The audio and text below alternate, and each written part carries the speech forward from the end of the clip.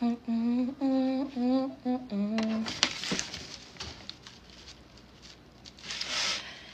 we're going to be learning about karmic cycles. I'm just going to wait a little bit, see if we get some more people in here.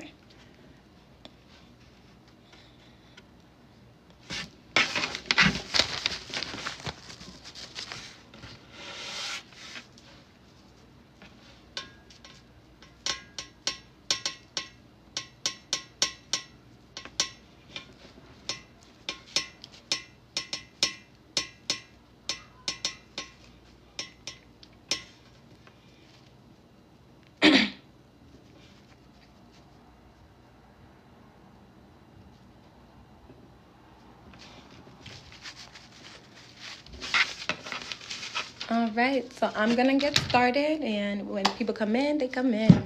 So today I'm going to be talking about karmic cycles and karmic traits in people and situations in everyday life. So I wanted to get everybody's attention so that they understand why things actually do happen in their lives.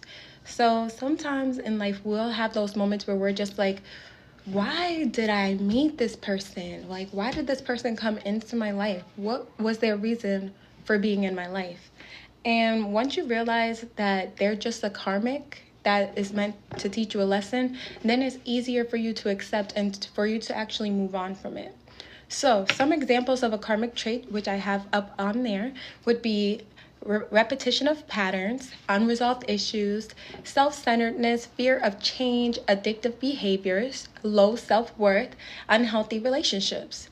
So when you have if you have repetitive patterns, that means that you're repeating things over and over again, refusing to learn the lesson in it. You're just continue to indulge in the repetitive pattern, which makes it a karmic trait. Next would be the unresolved issues. So you tend to go from one situation to another situation just to go back to other situations, and you leave people hanging. You don't put any closure to any situations. Those are karmic traits.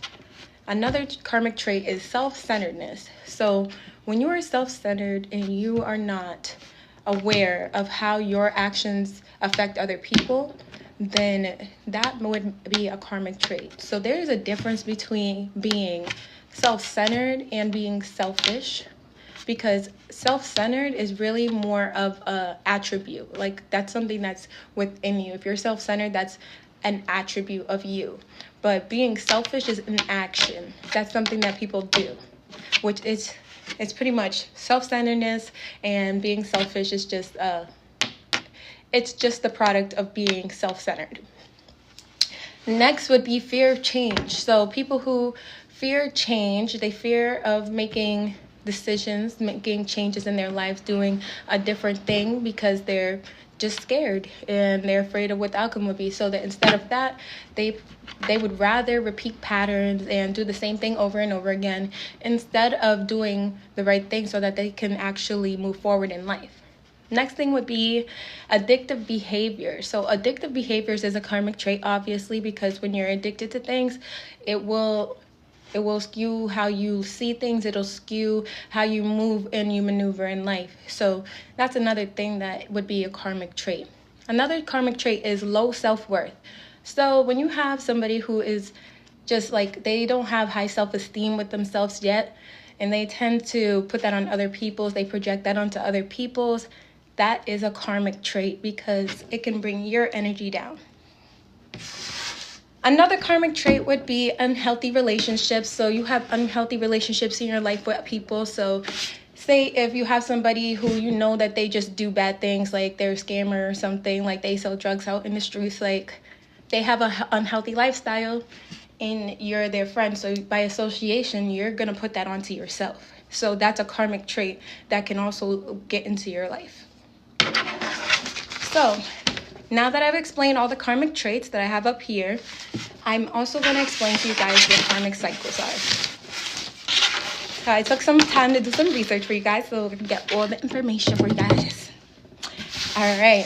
So a karmic cycle refers to repeating patterns of events, emotions, or relationships in a person's life, often seen as opportunities to break negative patterns and learn life lessons.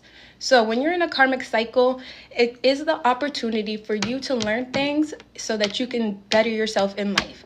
You can recognize what a karmic pattern is if you are doing the same thing over and over again with somebody. Like you're in a relationship with somebody and they're constantly doing you wrong, apologizing, you take them back, doing you wrong, apologizing, taking them back. That's a karmic cycle. And the only way for you to get out of that karmic cycle is for you to leave it. So, repetitive patterns. Karmic cycles are characterized by reoccurring behaviors, relationships, or circumstances that keep reappearing in a person's life. So it doesn't have to just be a person. It can also be situations with family. It could be situations with friends. It can be anything, truthfully. It could be behaviors, like even on your behalf. Also, not the last thing, I got a bunch for you.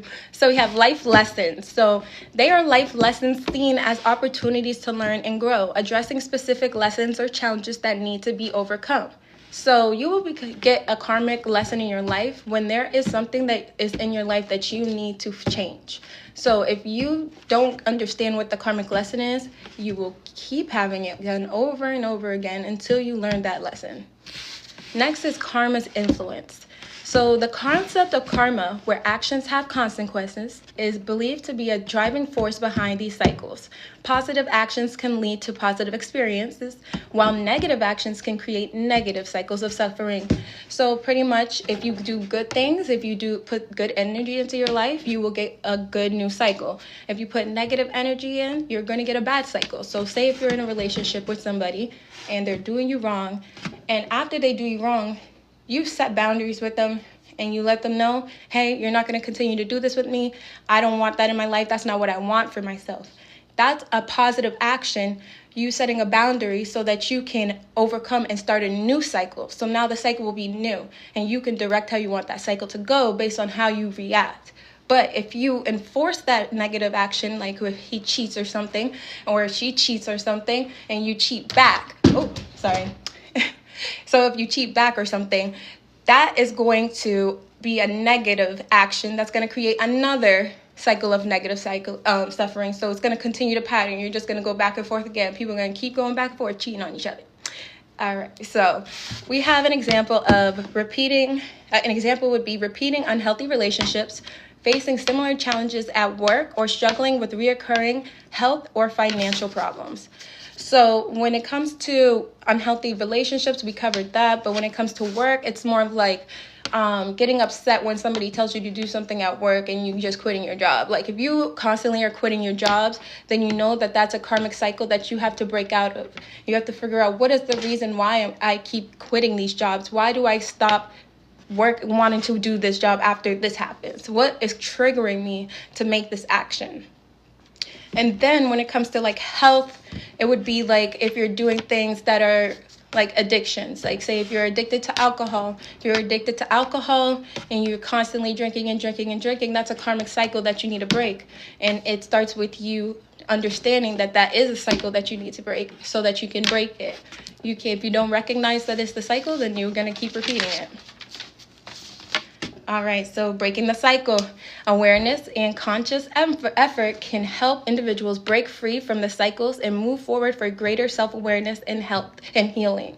So pretty much what I just said, if you break the cycle, you will go forward and you will heal. You will start a new cycle. You will have authority over your new timeline. You know, sometimes we put ourselves in, we'll have our own timeline, right? We'll be heading in one direction. This is the direction that feels good to us. But when we're from birth, we're with our parents. So our parents tell us how we need to live our life. So our timeline goes like this. Then we meet friends, and then we start getting with our friends and do what our friends are doing. So our timeline also goes like this. And then after that, we meet more people. We get boyfriends and girlfriends, and our timelines start going like this.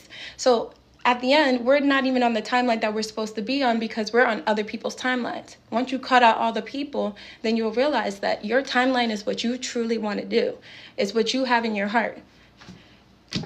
All right, so the psychological equivalent to a karmic cycle, while it's not a medical term, the concept is actually equivalent to trauma bonding or patterns of unhealthy relationships. So a trauma bond is when you are with somebody and you guys either one go through similar experiences, or somebody's with you in your time of need. So you feel like you're connected to that person. So you feel like you cannot let go of that person because you guys have a bond. That bond is formed on trauma and not on love. It's not formed on happiness. It's formed on the fact that you guys have had sadness.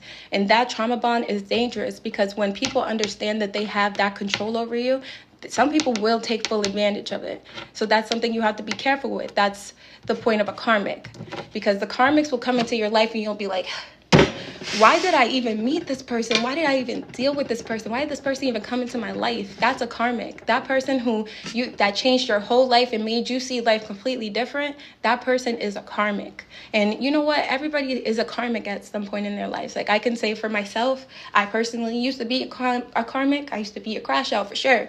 I used to be a karmic. But then I decided that, I needed to heal and grow. I can't continue to try to do people how they do me, because that didn't do me any good in my life. It didn't bring me any justice. It didn't bring me any happiness. So once I realized that these people were not going to further help me in my life to do better, I realized I had to just rely on myself, and also I rely on God. So with that, I turned myself to not be a karmic anymore because I'm on the path of healing. I've healed my wounds and now I'm ascending, and we can all ascend, but you have to heal your wounds first. So karmic relationships usually come from tarot. So in tarot, a karmic relationship refers to a relationship that believed to be rooted in past life experiences or unresolved issues. These relationships are often described as highly intense, passionate, even tumultuous, serving as catalysts for personal growth and for resolution of karmic depths and patterns. So say if you want to believe in past lives, I truly do, because I am spiritual. I believe that you ascend and you eventually can get off this planet, but you got to do your healing, you got to do your work. But when you do it like that, so when it comes to the karmics, the growth of after you are done healing, you stop being a karmic, and it's to heal your bloodline. So the equivalent to what this is talking about is like generational curses is what they're talking about. Generational curses would be the same thing as a karmic relationship from the past, from your past life. So past life connections. Karmic relationships are thought to stem from unresolved issues and unresolved business from previous lives. These connections can be characterized by strong emotions, frequent arguments, and a roller coaster of highs and lows, learning and growth. So karmic relationships are also seen as opportunities to learn from the past and mistakes, and to forgive and to grow spiritually. It is not necessarily a negative thing. While the intensity can be challenging, karmic relationships aren't inherently negative. They offer valuable lessons and can ultimately lead to a personal transformation. So once you go through a karmic relationships can actually boost you up to do the best you've done in your life. But you have to learn the karmic lesson. Sometimes our first karmic lessons can come from our families. I can say for myself, as a child, I definitely grew up in a home where there was a lot of drama. It was a lot of toxicity. And I had to grow up out of that and realize that that's not the way that my life should go. I need to do the opposite. And I had to learn boundaries with other people just from the first karmic relationship in my life, which was with my family. So after that, I went through karmic relationships with other people, with friends, with relationships with boyfriends and things like that. And after I learned the lessons of that, now I feel one within myself, because I learned that I can heal from these things. I can learn the lesson and I can move on, and I can have that power within myself to do what's best for me and drop what I need to drop and move on and start a whole new life. You can literally drop your life today and start a whole new life. Like, some people, like, I've had moments where I wanted to, myself, and I literally had to think to myself, I can stop this life right now by just cutting everything out and starting over. It's never too late to start over, and it's never too late to start again. So I wanted to also explain what a karmic person or partner is. So when they enter your life, it's to help you work through specific lessons and unresolved issues from past lives and even past experiences. These relationships, while intensely emotional, can seem fated or ultimately designed to facilitate growth and healing. And this might involve challenges and difficulties, but the purpose is to learn and evolve as human beings. So when you go through things, like you might meet somebody, and you leaving that person's life will be the catalyst of why they are not a bad person anymore and why you no longer let people play with you. That's how that karmic relationships work. It's so that somebody can grow from the situation and do better, so that they can be the best version of themselves. And if they don't, they will continue either to do it to other people, or they will continue to go through that themselves. I can say personally, like, I've gone through a lot of things just so that I can be here today. I've gone through heartbreak, betrayal, loneliness, absence, division, depression, separation, unhappiness, turmoil, grief, sorrow, confusion, alienation, again and again and again and again, until I finally understood what the reason I was going through these things were. The reason I was going through these things was because I was letting it happen. I had to take control over my life myself. I had to be the one who was in control, whether it was with my parents, whether it was with my siblings, whether it was with my friends, whether it was with my coworkers, whether it was with my bosses. I needed to be the one in control of my life. Nobody can control what path that I take. And now I feel so happy within myself because I chose a path that's made for me. I made my own path for myself, a path that makes me happy. So that's the reason why I want to teach you guys these things, because I want you guys to be able to understand that you guys can do this for yourself as well. You know, like sometimes, like, you get to the point that you don't even know who you are supposed to be, you know, due to other people in your life, your financial status, and etc. But until you finally see what timeline you want to be on, you're never going to make the change. You got to be like, well, whose timeline am I on? Is this mine or is that theirs? Am I living life for this person, or am I living this life for me? Because you only get one life to live that you're going to remember.